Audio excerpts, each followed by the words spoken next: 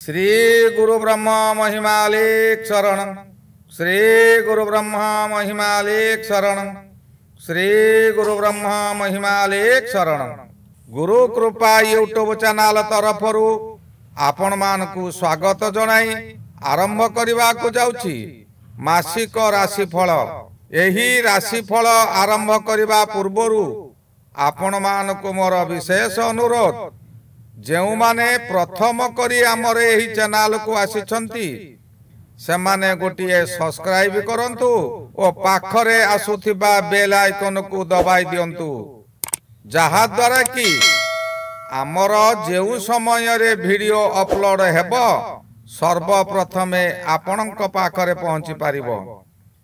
आपण मानको एही ठारे मु कहि रखुची, जेउ मानकर विवाह विलंब हेलानी, बहु चेष्टा करी सेमानकर विवाह होई पारु नाही, किंबा कौनसी ठारे आपण चाकरी करी मध्य हैरान हेउछंती, चाकरी सकाशे आपण बारंबार चेष्टा करी मध्य फेल हेउछंती, सेमानकर जन्म तारीख, जन्म समय और जन्म स्थान निम्न रे जेउ मेल आईडी दिया जाइछि सेई मेल आईडी रे ताहा प्रेरण करंतु।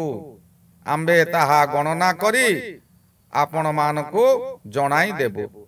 आसंतु एबे जानिबा 2025 मसिया अक्टोबर मासरे धनु राशि मासिक राशिफल। धनु राशि राशि चक्रर नवम राशि। एही राशिर अधिपति बृहस्पति महाग्रह।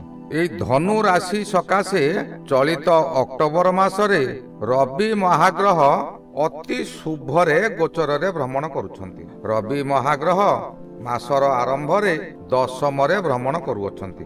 দশম রবি ব্যক্তি মানক সকাশে অতি শুভ ফল দিয়ନ୍ତି। দশম স্থান হেউছি কর্মস্থান। ଏହି কর্মস্থাନରେ আত্মকারক গ্রহ রবি রহিলে প্রত্যেক কর্মরে आपणक आत्मा को शुद्धि कराइब बा निज मन को निजे शांत करी प्रत्येक कार्य गुड़िक आपण करि पारिबे। एही दशम रे भ्रमण करुथिबा समय रे जेउ मानकर चाकरी करी बहु हैरान हरकत हेउथिले सेमाने मध्य एही समय रे खुशी रे रहिबे। एही समय रे सेमानकर चाकरी रे पदोन्नति होई पारे, किंबा तांकर वेतन वृद्धि मध्य होई पारे।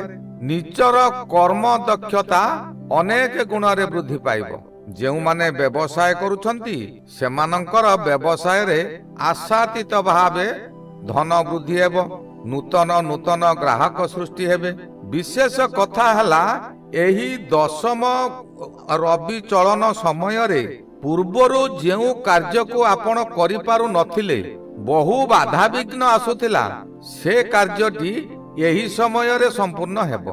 ऑफिस रे उच्च कर्मकर्ता आपण को बहुत बड़ बड़ कार्य देबे। से कार्य को अन्य केही तुलाई पारु नथिले, आपण किंतु आपणकर बुद्धि बल रे ताहा को सहज रे पूर्ण कर देबे ओ ऑफिसरक निकट रे बाहा बाहा नेबे। यहा द्वारा ऑफिसर आपणक ऊपर खुशी हेबे। आपणकर वेतन वृद्धि मध्य कर दे पारिबे। आपणकर काम करिवार शैली को अन्य माने आपणक पाखरु शिखिबा को चाहिबे।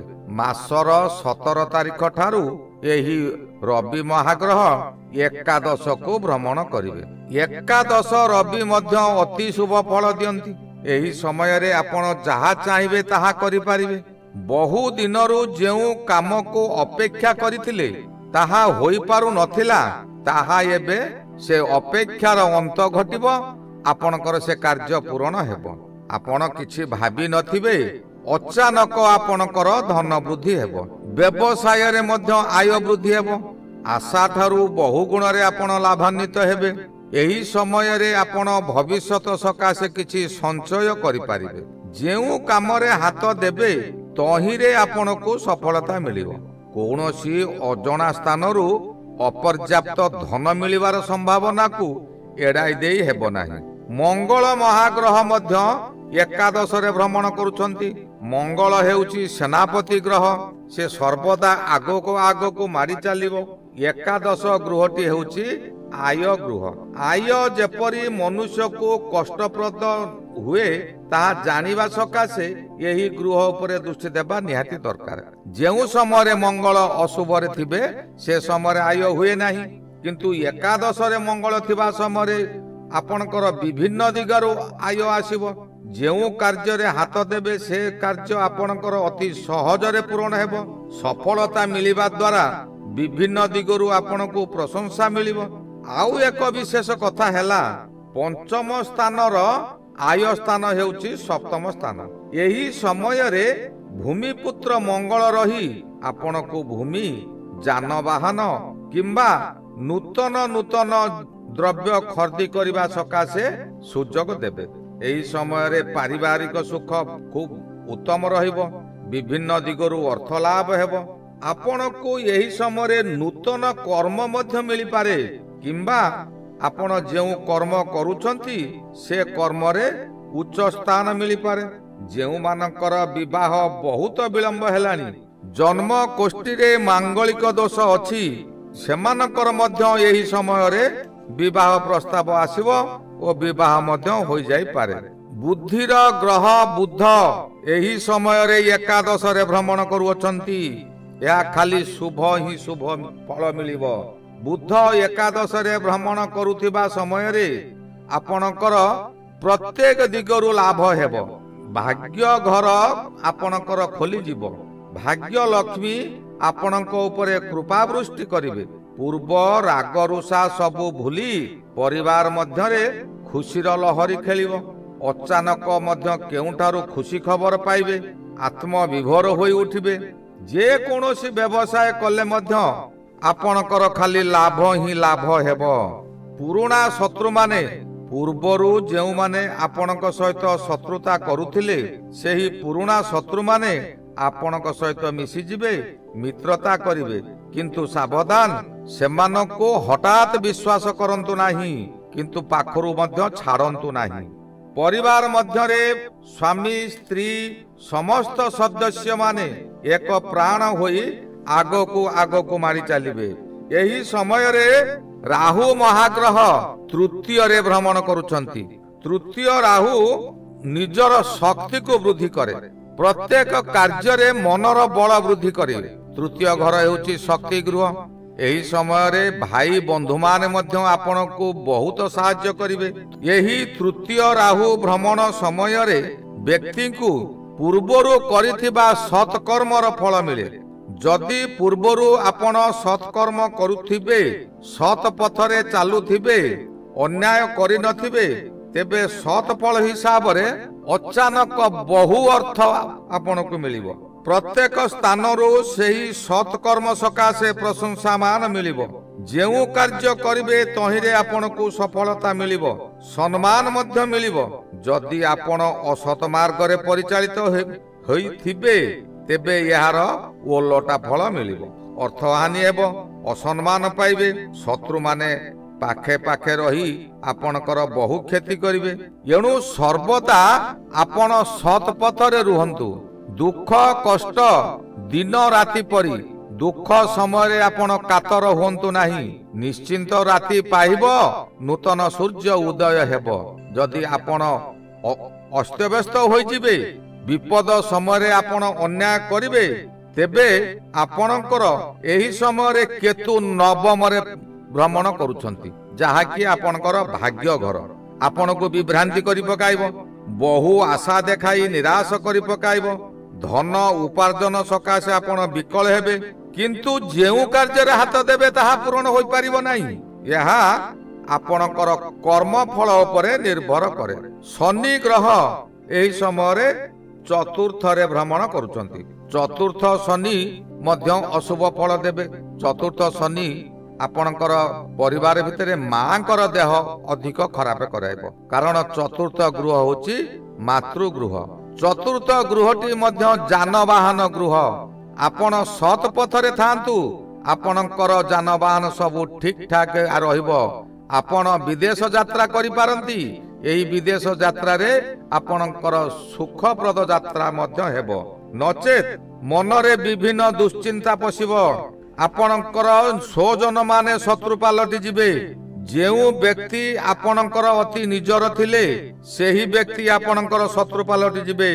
ଅଚାନକ କୌଣସି ବିପଦ ଆସିପାରେ, ଏଣୁ ଆପଣ ସାବଧାନ ହୋଇ ରୁହନ୍ତୁ।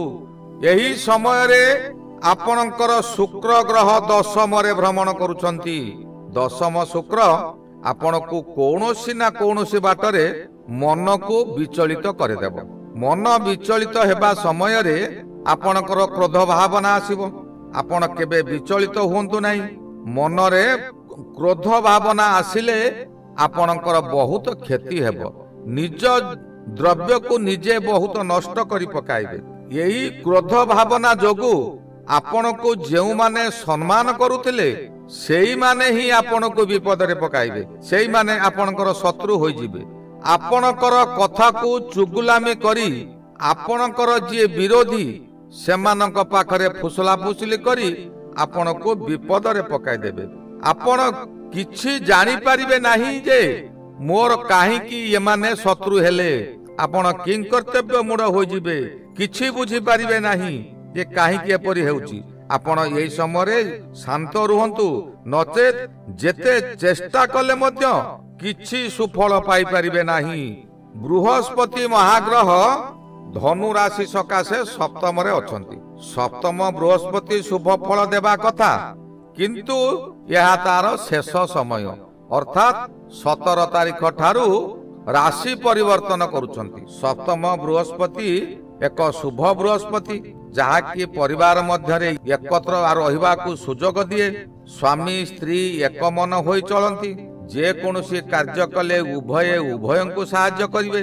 ଅବିବାହିତ ମାନଙ୍କର ଏହି ସମୟରେ ବିବାହ ପ୍ରସ୍ତାବ ଆସିପାରେ। ଯେଉଁମାନଙ୍କର ସନ୍ତାନ ସନ୍ତତି ହେଉନାହାନ୍ତି ସେମାନେ ପଞ୍ଚମାଧିପତିଙ୍କର ପୂଜା ପାଠ କଲେ ସନ୍ତାନ ପ୍ରାପ୍ତି ହୋଇପାରେ। ଆତ୍ମୀୟ ସ୍ୱଜନ ମାନେ ଆପଣଙ୍କର ମନୋବଳ ବୃଦ୍ଧି କରାଇବେ। ଏହି ସମୟରେ ଆପଣ କୌଣସି ଦିଗକୁ ତୀର୍ଥଯାତ୍ରା କରି ପୁଣ୍ୟ ଅର୍ଜନ କରିବେ। ମନରେ ଗୋଟେ ଶାନ୍ତି ଭାବନା ଆସିବ, ଧର୍ମ ଭାବନା ଆସିବ, ନିଜର ମନ ଉତ୍ଫୁଲ୍ଲିତ ରହିବ। କିନ୍ତୁ 17 ତାରିଖ ଠାରୁ ବୃହସ୍ପତି ଅଷ୍ଟମକୁ ପଳେଇ ଯିବେ। ଅଷ୍ଟମ ବୃହସ୍ପତି ଆପଣଙ୍କର ଶରୀରକୁ ରୋଗାକ୍ରାନ୍ତ କରିଦେବ। ସେଥିପ୍ରତି ସତର୍କ ରୁହନ୍ତୁ। ଶରୀର ରୋଗାକ୍ରାନ୍ତ ହେବା ସହିତ ଆପଣଙ୍କର କୌଣସି ନା କୌଣସି ଠାରେ କିଛି ଗଣ୍ଡଗୋଳ ହୋଇପାରେ। ସେଥିରେ ଆପଣ କୋର୍ଟ କଚେରୀକୁ ଯାଇପାରନ୍ତି। ଏଣୁ କଳହ ସ୍ଥାନରୁ ଆପଣ ଦୂରେଇ ରୁହନ୍ତୁ। ପ୍ରତ୍ୟେକ ସ୍ଥାନରେ ଆପଣଙ୍କର ଶତ୍ରୁ ଉପୁଜିବେ। ଯେଉଁ କର୍ମ କରୁଥିଲେ ସେହି କର୍ମରେ ନିଜର ତଳିଆ କର୍ମଚାରୀ ମାନେ ଆପଣଙ୍କ ବ୍ୟବସାୟରେ କ୍ଷତି କରି ଚାଲିବେ। ଏହି ସମୟରେ ମଧ୍ୟ ଶରୀରରେ ପ୍ରାଣଘାତକ ପୀଡ଼ା ହୋଇପାରେ। ସାବଧାନ ହୋଇ ରୁହନ୍ତୁ। ପ୍ରତ୍ୟେକ ଦିନ ପ୍ରାତଃ ସ୍ନାନ କରି ସୂର୍ଯ୍ୟ ଉଦୟ ପୂର୍ବରୁ ପରମ ବ୍ରହ୍ମ ପରମେଶ୍ୱର ଅଲେଖ ଗୋସାଇଁଙ୍କ ନିକଟରେ ଶରଣ ଯାଆନ୍ତୁ। ଏହି ଗଲା 2025 ମସିହା ଅକ୍ଟୋବର ମାସରେ ଧନୁ ରାଶିର ମାସିକ ରାଶିଫଳ। ଶ୍ରୀ ଗୁରୁ ବ୍ରହ୍ମ ମହିମା ଅଲେଖ ଶରଣ।